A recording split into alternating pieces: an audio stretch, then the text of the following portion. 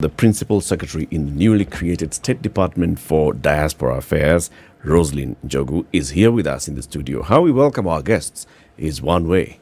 We give them the day's proverb. We do.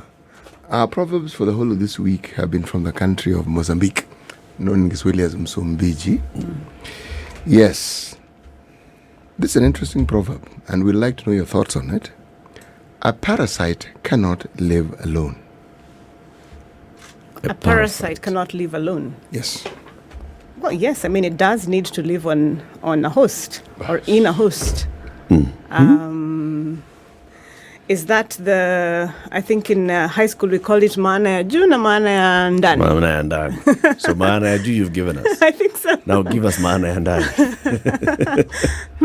Let me reflect on it. It probably means something along the lines of even. I don't know. A parasite cannot live alone. Yeah, I guess either A, security numbers, it lives with others, or it lives on something or somebody. I don't know. What does it mean? Siti, what does it mean? You know, I mean, when you looked at that proverb and you decided, okay, let me go with this one. actually, you're right, because, I had something like around 87 proverbs to choose from. But the reason why I like this one, first of all, was its simplicity. Stating something that, even as we see on the face of it, is obvious. A parasite, by and large, often needs, in many cases, a living organism to survive. Okay? And we're the host. And many times, when you hear the word parasite, you think of the negativity disease causing. They don't all cause diseases, by the way. Okay? Now, when you look, that's why I called it, this is a community statement. It's how we live with each other and how some of us don't really seem to do much visibly, but they're always feeding off other people. Are there parasites that live inside other parasites? Yes, I believe they are. They are. I believe they are. But if we now bring it now to the level to the level playing field of human beings, there are human beings who we say are parasitic in nature. And when we are really fed up with them, we'll call them parasites, because you can't visibly see what this person does to add value, but they always seem to be thriving, and you're wondering, where on earth does this person... Now, it's within that context. Yes. So do you think the Mozambicans are actually saying, stop focusing on the parasite, focus on the enabler? Without the host, the parasite wouldn't live.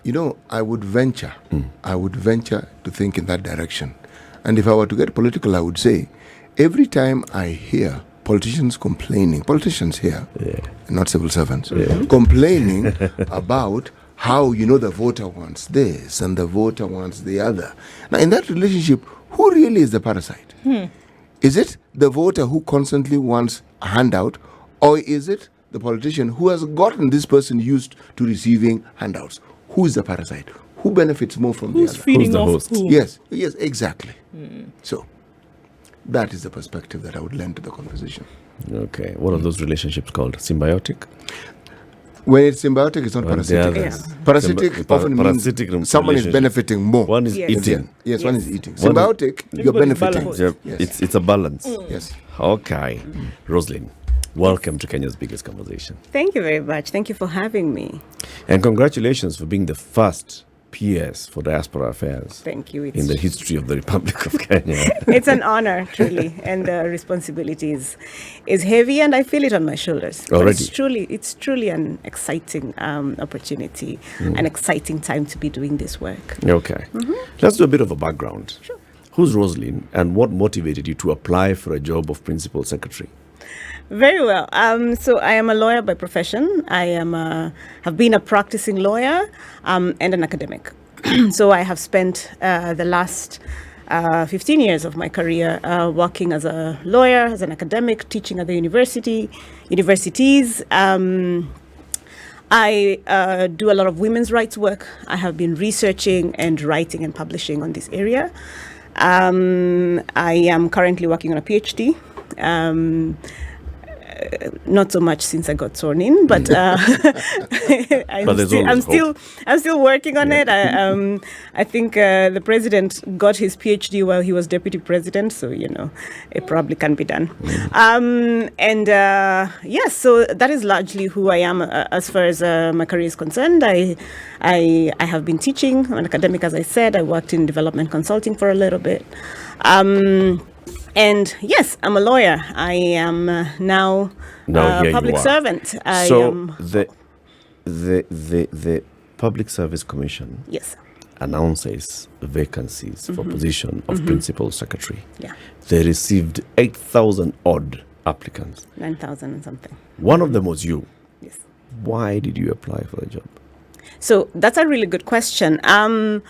In the work that I have done up to this point at my firm, Lexlink Consulting, and in the academy, a lot of that work has been a lot about linking society to the law. So trying as much as possible to bring the law to people, to figure out how does the fact that we have a new bill in Parliament, what does that mean for the person on the ground, and can they even engage with that conversation? So I've done some work in public participation. I have, over the years, just tried to get the law to speak to the people and get the people to speak to the law in very sort of real ways. Now, you when you do this kind of work, when you do rights work and you do it from the outside, you can only do so much. And there is a sense of, I can do all the activism, I can write the papers, I can publish them, I can even consult for government, but ultimately I don't get to make the decision about what happens with that. For example, early last year, I helped review the national policy on gender-based violence. And you do all of this work and you're excited, you can see all the difference you can make, but ultimately somebody else gets to decide whether this policy is going to be passed and whether it's going to be implemented. So this was an opportunity to actually do what I have been saying. Be the change that you seek. Right. Have the mandate to actually make the difference that I have wanted to see for a long time. So I said, why not? You must have had a preferred ministry or State Department when you're sitting there and applying and thinking, this is what I'd like to do, and this is where I'd like to. Was this it? So, first of all, remember, Diaspora Affairs was not in previous government. So this was not a State Department that one thought about, right? And one of the things I tell you as you prepare for your interviews is, if the PSC asks you which State Department do you want to work for, don't pick one. Pretty much say it depends, because ultimately it's the appointing authority, in this case the president, who decides, I think she's best suited for this, I think he's best suited for this, and so on. So of course, being a lawyer and having done the kind of work I have done, I had my ideas about where I thought I could make the most difference. But then as fate would have it, the president asked me to serve in Diaspora Affairs, and as I have thought about it, I have felt that couldn't have been a better fit for me and probably for the State Department. It is exciting. It is new. I am fresh into public service. And so it sort of comes together. I'm able to, I have lived in the diaspora for a little bit. So it was very, I think it's very well, it's a great fit. It's a match made in heaven. It's one of these situations where you would caution people that be careful what you wish for. For this particular position, I think we're still early in the game for me to have become a little jaded yet. I'm very excited about the position. The opportunity is great, and I'm from chatting with a friend of mine who's asking me, how you doing? It's been about 6 weeks since you got the job, and I told her, I am having the time of my life. It is an exciting job. The opportunity is great. I'm loving it. You know why I ask?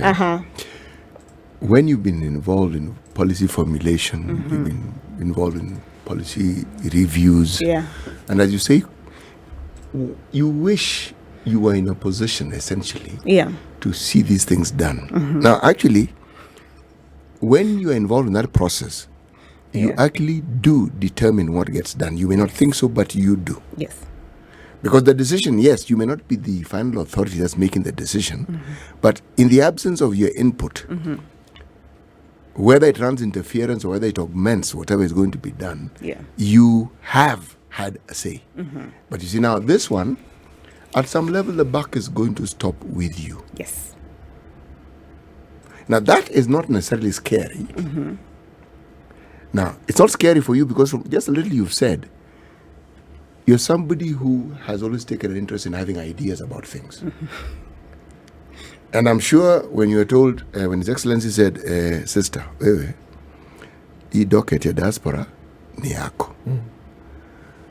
I am sure the activity that started in your head is still ongoing. Yes. Now, we will want you to unpack those things for us and tell us, this is what you, when you are told, first of all, once the euphoria died down, okay, and you realized, you walk, but you go to a principal secretary's office, it's daunting. It's not just a simple room. The chair's over there. You walk into a hallway. So a bit of that, right? A bit of that. There is sort of the structural things that you're talking about, right? So life changes in the sense that, within a I've lived a fairly simple life. I'm an academic. Students walk up to me, and it's been a fair. Plus, I've been a lawyer, though in legal professions a little bit of hierarchy. It's not so much. But then suddenly you are in civil service, in public service, and people stop calling you by your name. Right, everybody calls me Madam PS. It is very unsettling, right? Everybody calls me Madam PS. Everybody in a meeting says, they speak and they look towards you and they address you, and everybody else is listening. It's very unsettling. And on the day that you begin the job, government car arrives, and and security, and so there's a lot that changes structurally, and you have so basically even access to you sort of changes, because as you're saying, you have an office out there in there, and then you have security and secretaries and so on. You become state property essentially. You do, and so and the state has an interest in sort of securing you and knowing everything that you. So there is that. But all of that infrastructure sort of comes to support the work that you're attempting to do. And as you said, the buck stops with you. Yes. So right now, our numbers say we have about anything between 3 to 4 million Kenyans abroad.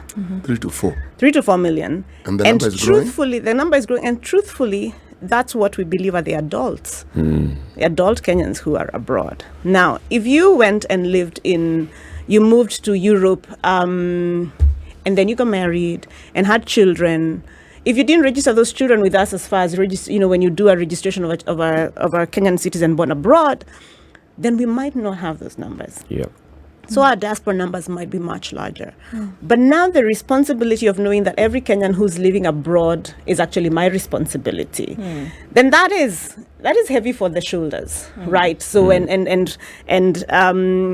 and there are many, many things to think about. So not just their safety or their security, but also their wellness, and are they thriving? And so it's a position that's a little different probably from PS of roads or PS of agriculture, whatever, because it comes to the level of representation. Yeah. Absolutely. When we first went to the US for when the president was having the US Africa Summit to meet President Biden and have a number of side meetings in December, I arrived at the hotel and I found a delegation waiting for me of diasporans, and it was a bit unsettling because I am not a politician, but I found myself being received like an MP. Delegations that come in from Seattle, from Maryland, from different places, and wanted to see me because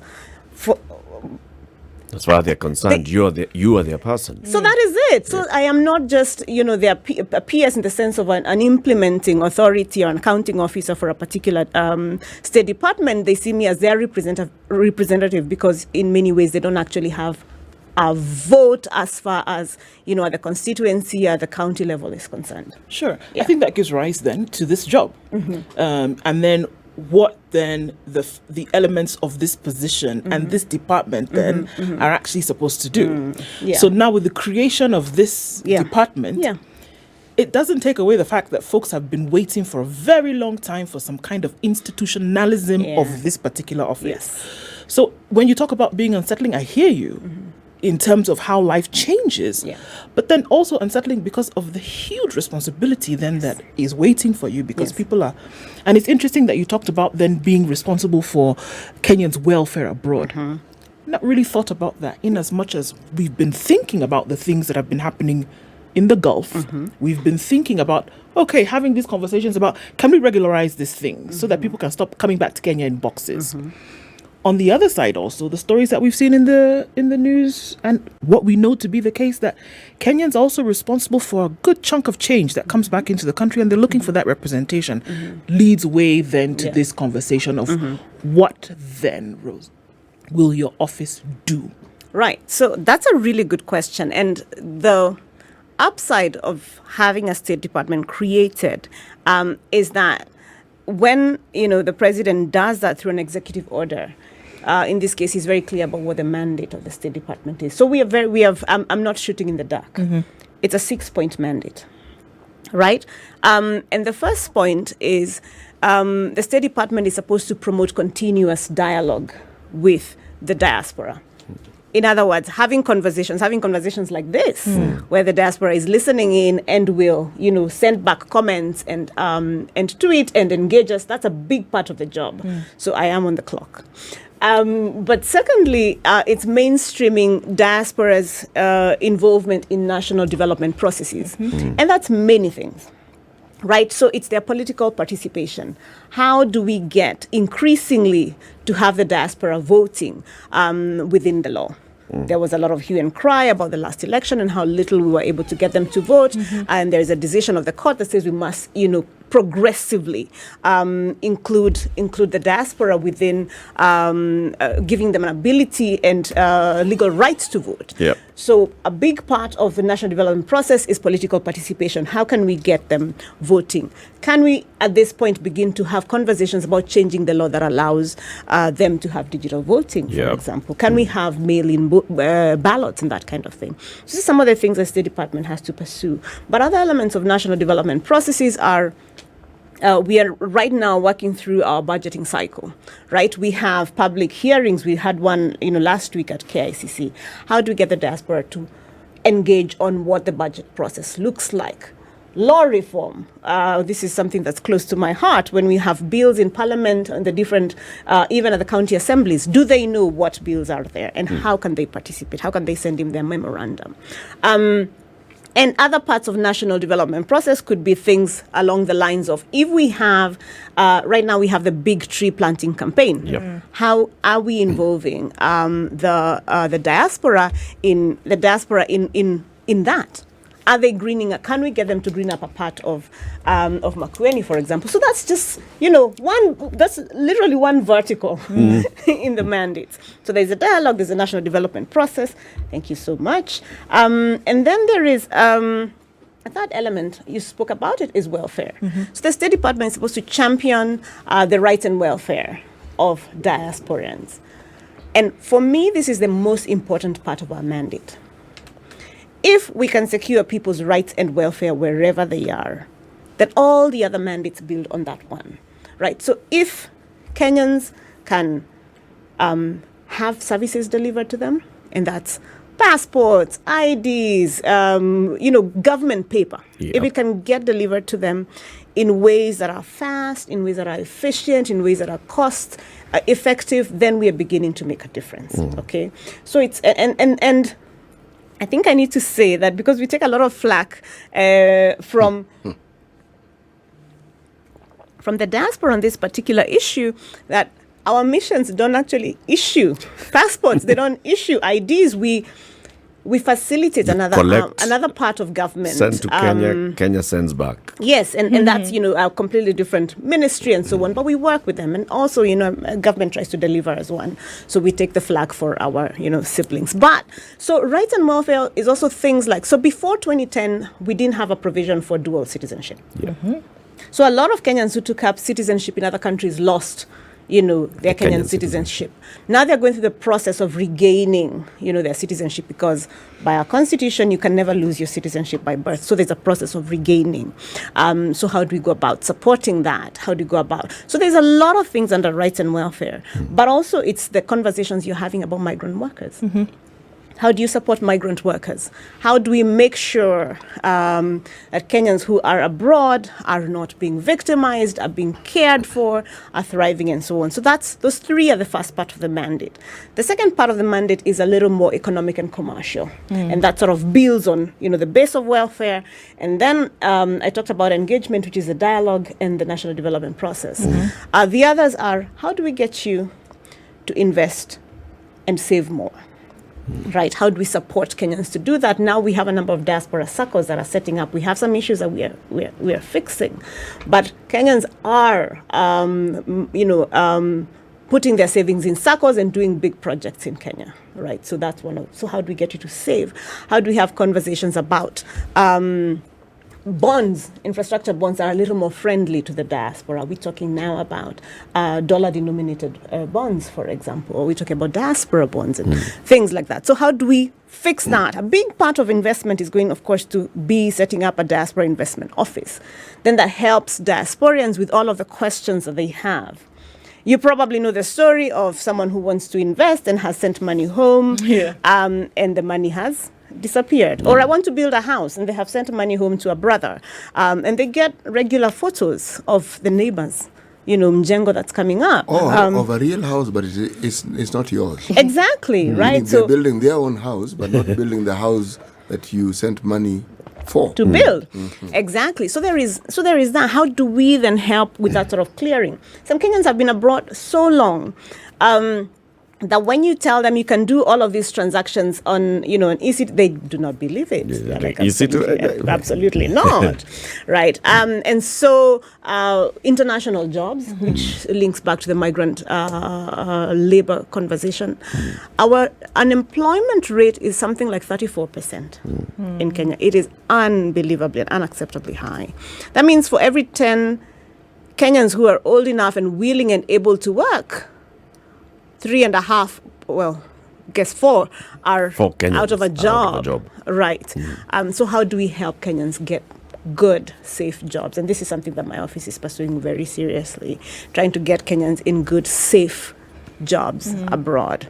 And then the last one, which is probably the one people hear about first, is remittances. And that sort of is a natural sort of progression from all of these other things. If you're able to do the welfare, the support, the engagement, and so on, then people almost naturally, I'm told, people say inajileta too. That one just, it just flows. It just flows. Yes. Let's take a break. So that's the mandate. We take a break on that note. A minute-made break. Tell it. This is the Situation Room, the only way to start your day. You've told us the mandate of your State Department. There are 6 areas that you need to focus on. One that you've talked about is that of Kenyans feeling their government serving them wherever they are. Okay, so many of them will complain about that. So my passport has expired. I just want to renew my passport. Oh my goodness. I have got to find out the nearest consulate or embassy, and then it's going to take another long process, or very many other services. Yeah. But primarily, what are the main services that Kenyans seek from their government when they're out there? Oh, that's a good question. And it's many different things, and we see that varying across the regions.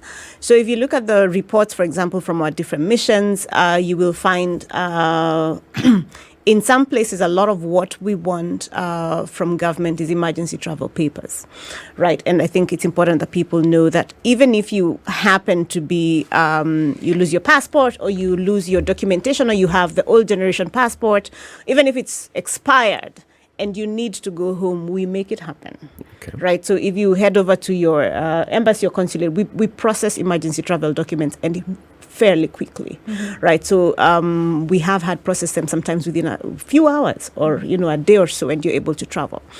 So some of our missions will have a lot of emergency travel.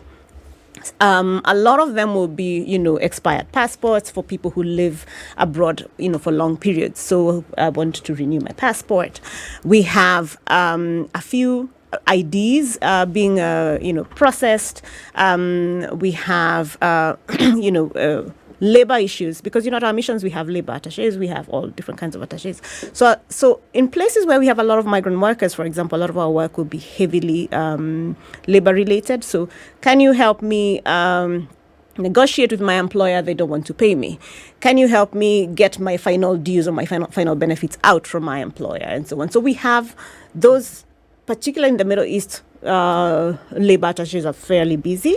In other places, so it will be different things. So it will be, as I said, a lot of documentation. Sometimes people want sanctuary, because something has gone wrong and they need to run home, and that kind of thing.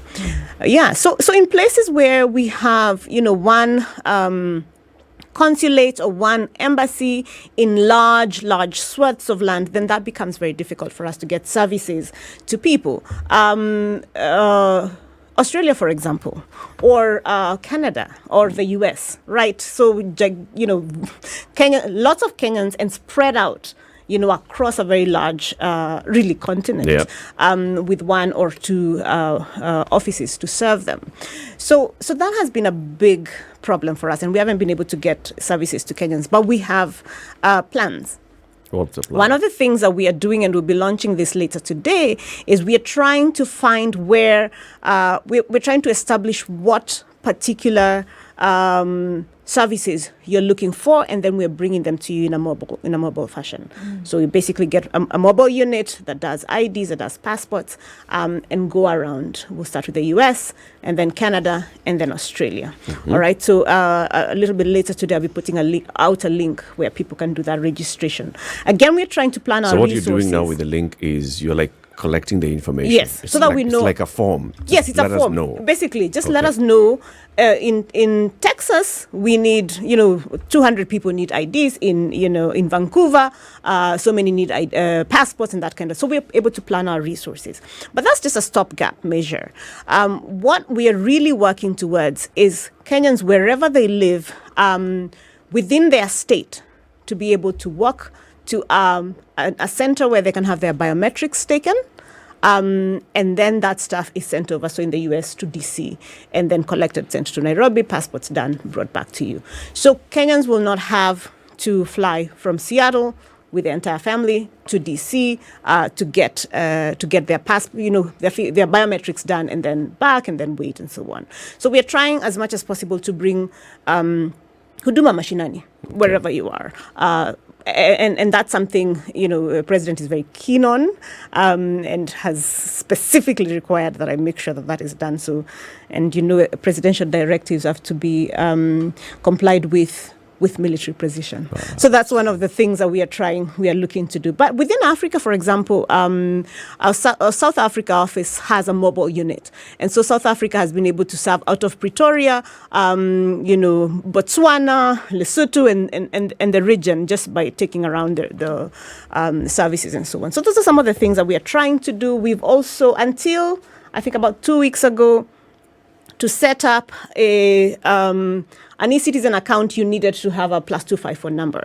So now we've worked with the eCitizen team, and now you can set up your account just using your email address. Okay. So Kenyans who don't have a Kenyan number now can access eCitizen, and government is continuing to go digital. Okay. So if you don't have can you imagine if you don't have an eCitizen account, there's a lot you can't do. Yes. So that's one of the things that we are doing as far as bringing services to people. And we are increasingly, this is what I wake up to do every morning, to think about how do we make people's lives easier? How do we make the diaspora's life easier? How do we make people access these services faster, in a more efficient, in a more cost-effective way? Do we know? Yeah.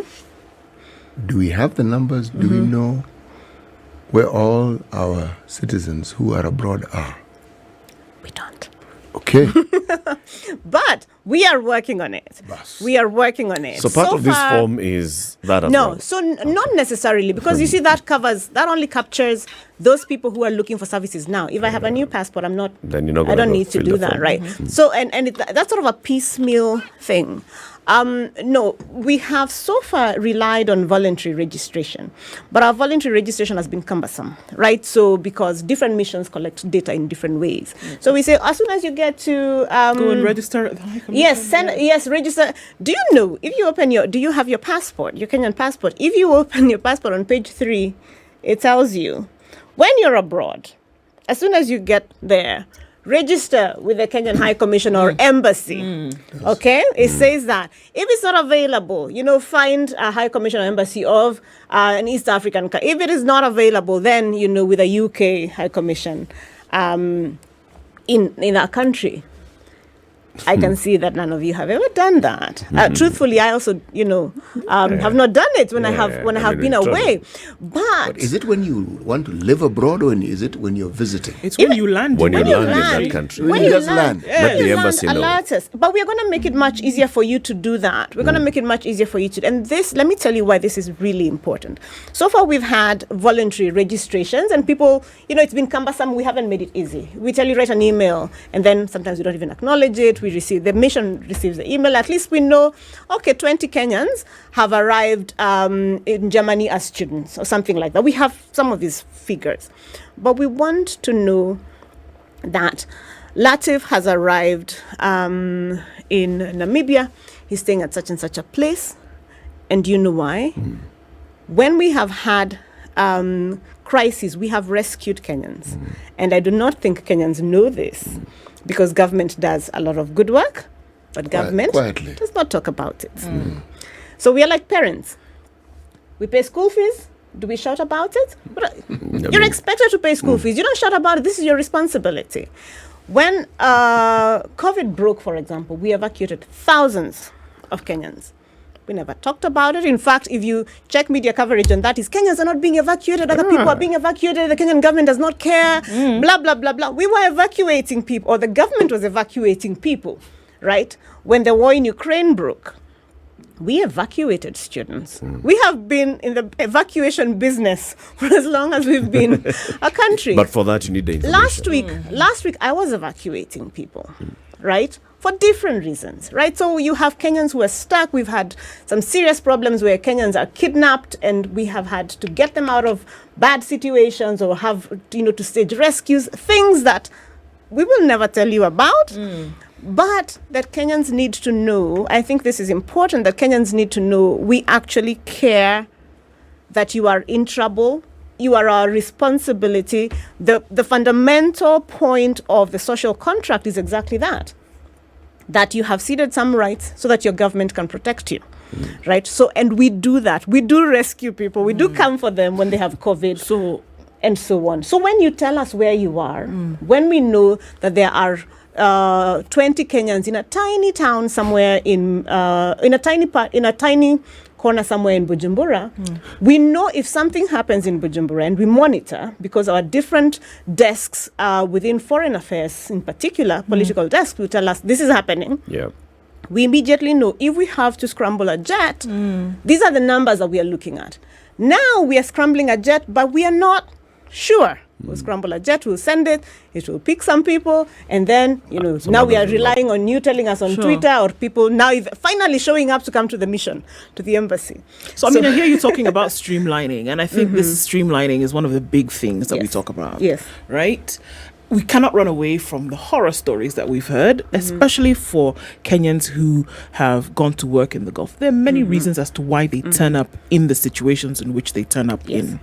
And of course, the blame in many cases cannot all be put on one side. However, there's too many occurrences for us not to look at the streamlining issue. So it would be very interesting to hear then what the plans are to streamline and regulate these operations that take Kenyans to the Gulf, specifically because this is where we hear the most of the issues coming from. Absolutely. Not to say that Kenyans who go to other parts of the world don't find themselves in whirly situations, but we're saying that the Gulf stories they've been too regular. And it is clear that there is no regulatory framework under which Kenyans are working in these countries. There actually is. So let me tell you about the framework and where it is failing. Then I'll tell you about the plans we have to deal with this. So yes, we have a lot of Kenyans in the Middle East. Okay, particularly in Saudi, in the UAE, in Qatar, in Kuwait, in Bahrain. A lot of Kenyans are working there, and there are different skill level. Yes. So in Saudi, for example, where I was last week addressing some of these things, we have anything between 107,000 to 200,000 Kenyans, right? Our numbers say 200,000 Kenyans in Saudi. Working in Saudi, about 60% of that are professionals, right? ICT, bankers, that entire group of Kenyans. And then we have, housekeepers, domestic workers, Yes. Watchmen, security people, and so on, right? So we have had trouble with one segment, right? Largely domestic workers. And the vulnerabilities of being a domestic worker are many, and they are intersecting, right? So there's a race dimension, there is the fact that you're a woman that comes with certain vulnerabilities, there is the fact that you work in somebody's house, so there is some sort of isolation from the rest of society, and the usual social protections that come with working in the market as opposed to working in the household are not there. Right. And the way the Saudi arrangement works, for example, is we have a bilateral labor agreement with Saudi. So that's a regulatory framework under which Kenyans go to work in Saudi. And the agreement is implemented by the Ministry of Labor. Right. So the idea is Saudi sends out a work order. And they have a system, an online system called Musanet, Yes. where they post out, we are looking for, 10,000 housekeepers, this is the rate, and so on. And their agents put that out. And agents in other parts of the world, now the labor market sources then say, okay, now we want, I can supply 200, I can supply, and they come out and do their recruitment, are supposed to do a recruitment, are supposed to meet the standards, are supposed to do, very critical, a very good pre-departure training. You've used 3 are supposed. Yes, yes. And that, for me, explains where the gaps have been. Okay. We are not pretending that there are no gaps. Can I stop you and take you just a little? Yes. Very briefly. well, yes. You see, you lived, worked abroad. Went to school abroad. That's it. Lived, worked, went to school abroad. You couldn't have gone abroad to study if you hadn't met certain conditions. Yes. Now, this gap, do we have anything within our system that would enable this cadre of employee to actually have some fundamental training? Forget this one of going to settle and then become, so that there are skill sets that somebody actually has. So when they go out there, it's not just they're immediately qualified. Yes, for so that job it's not. So that's a great question, and that's one of the big things that my office has to do: help with accreditation, and that is together with the Ministry of Labor. And the Ministry of Labor has certain, institutions. We're talking about NITA. We're talking about the National Employment Authority, NEA, and so on. So they have the infrastructure, which needs some tweaking, so that as we are having conversations about and regulating the agents a little bit better, and I think that is where our biggest weakness has been. Sure. Because we have had particularly young women arriving in Saudi who have not had any training, pre-departure training. The paperwork says that they have, but they haven't. But had the truth is, training. they were not trained at all. They did not have training, and it's. And what is this pre-dispatcher training? It's both job specific, but also cultural training, and being exposed to this is what the labor law in Saudi requires. Okay. For example, the labor law when you migrate as a housekeeper, it's a 2-year contract. You have a contract. It's a 2-year contract. You sign it. You work in that particular house because your visa is linked to that particular employer, right? It's not an open work permit. It's linked to that particular contract. Okay. If you breach that contract, if you walk away from that contract, if you abscond, then you're immediately out of status. And if you're out of status, then you fall into the black market and start being trafficked. And by trafficked, I mean somebody else, an agent, a dalali, finds you, work elsewhere and tells you, in fact, I'll get you work somewhere else and somewhere else and somewhere else. The problem we have is that a number of these housekeepers don't understand that you actually must do your 2-year contract. Right. Nobody has explained this, that you can't walk out of your contract. And if you Halfway. must breach it because, of course, if there is abuse or someone is not paying you and that kind of thing, there's actually a provision within even the Musanet system to do that and walk away and have then your visa transferred to a different employer. But we have failed by not doing that training, by not ensuring that someone actually understands the conditions under which they can work, they can live, where where to escalate for trouble, where to escalate if there is trouble, and that kind of thing. So are we saying that those who we've heard the stories about are essentially folks who've fallen off the radar? Yes. Okay. Largely, they've fallen off the radar because once you fall off the radar, then the vulnerabilities that I talk about are just multiplied. Because now your medical care, for example, is linked to your being in status. So you're not able to really access medical care, right? You're not able now to raise. So one of the things I found when we were there, I visited the Sakan Center, which is a rescue center. It's a shelter. It's run by an independent institution that then gets funding from the Kingdom of Saudi Arabia, from the government, and they recover some of their money from agents whose clients are now there. Okay. This is how it works. If you show up and you have had an abusive relationship with your employer or you're walking away, you show up at the Sakan Center, they check your records within the Musanet system that I'm explaining. They see if there is a labor matter against you. They give you legal advice, legal aid. They help process it out so that you can get an exit visa. And this is the other thing that I would want the girls to understand, and we must train better, is that you cannot leave Saudi when you're in that kind of a contract without an exit visa. It's not like it is here. Here, if I am a Ugandan and I'm working and I am no longer happy with my boss, I take my bag Cross over back. and I go home. You can't do that. In Saudi, you must get an exit visa, which makes it very problematic. So there are Kenyans who can't exit because they can't get the exit visa because the employer has a claim against them on the system. Right. So Sakan helps them actually process all of that, get the exit visa, and actually pays for tickets. So anybody who is at Sakan is on their way home.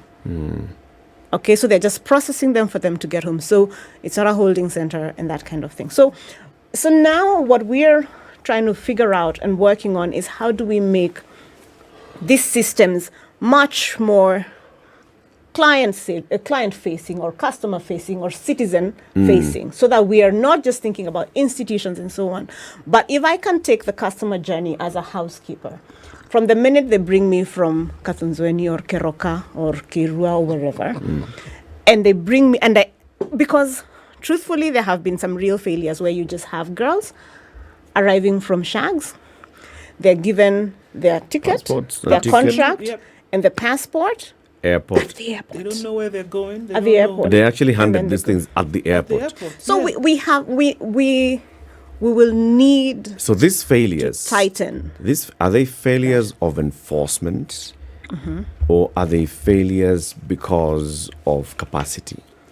Is it because of poor enforcement, or is it because of lack of capacity by those that are supposed to be enforcing? I think it might most likely just be an implementation or an enforcement thing, which is why I'm confident that we'll be able to crack down on it, because we have the people, we have the institutions, we have the mechanisms. All right, and it can be done. We have cartels, Rosalie. I have to ask this question. Do we have a system that records the departure of Kenyans, the destinations, and what it is that is That you're taking... going to do? Yes. Do we have it? So think about the last time you left the country. Okay. Walk through that journey. When you went to the airport, you went through immigration, your passport was stamped. We didn't really collect all of that information. We collect the information that you have exited. We can probably triangulate with the fact that there was a boarding pass, issued, and you were going to your final Certain destination destination. is London. You know where I'm Right? going with this? I might. I'm not sure. So Okay. what Tell I me what you said. think where do you think I'm going with this? Let me tell you where I'm going with it. So government collects information we have information in different places. We have immigration, for example, that tells me X number of people left in February, and these are the people who've returned. So I'm able to tell, How many are Latif out is there? still out there. You could have told us you're going to London, and you went through Dubai, and you went to Dubai, and you went elsewhere. Yeah. Right? So we just know that you exited. All right. Of course, there are other parts of government that sort of might know exactly where you are, and sometimes we are able to get that information. But increasingly, a big part of getting government going digital is that information sharing. And for me to be able to see, these are the number of Kenyans who've exited. They have been out for this long, so these are the people who I am responsible for. And this is where they are. Eventually, this is what they are doing. We're trying to figure out, when you're out there, what are you doing? So that we're able to, we're not interested in surveilling you. We just want to know, how do we support you better? So that if we are coming to Brussels, and we know that there are 30 Kenyans in Brussels who work in IT, who are lawyers, and who work in banking, and there's something interesting happening in banking in Brussels, and we're coming, we'd like you to come. We invite you, and we can network a little bit better. So yes, that. Time. Oh, It's a short time. Can you imagine? that hour goes very quickly. The hour is Yeah. up. So thank you very much, Rosalind, for coming. How do people engage with you? I see you're very active on social media. The Ministry of Foreign Affairs and Diaspora is actually also very active. There's a new Twitter handle for the Diaspora. Yes, that's at Diaspora_KE. And that's where you can get, news on Diaspora, what we're doing, what we're working on. As we begin to cascade what our mandate is, that's where you're going to find that. Yes, I am, fairly active on social media. My Twitter is at Rosalind Jogu. And you also find a lot of our information, from Foreign Office KE. That's a Foreign Affairs handle. And all of the different missions have Twitter handles that are increasingly getting more and active. more So active. wherever you are, you can Engage. find that. Also, our website is being updated, and you're able to find more and more information. That's mfa.go.ke. Rosalind Jogu, PS for the State Department for Foreign Affairs. Thank you for joining us. Diaspora For Affairs. Diaspora Affairs.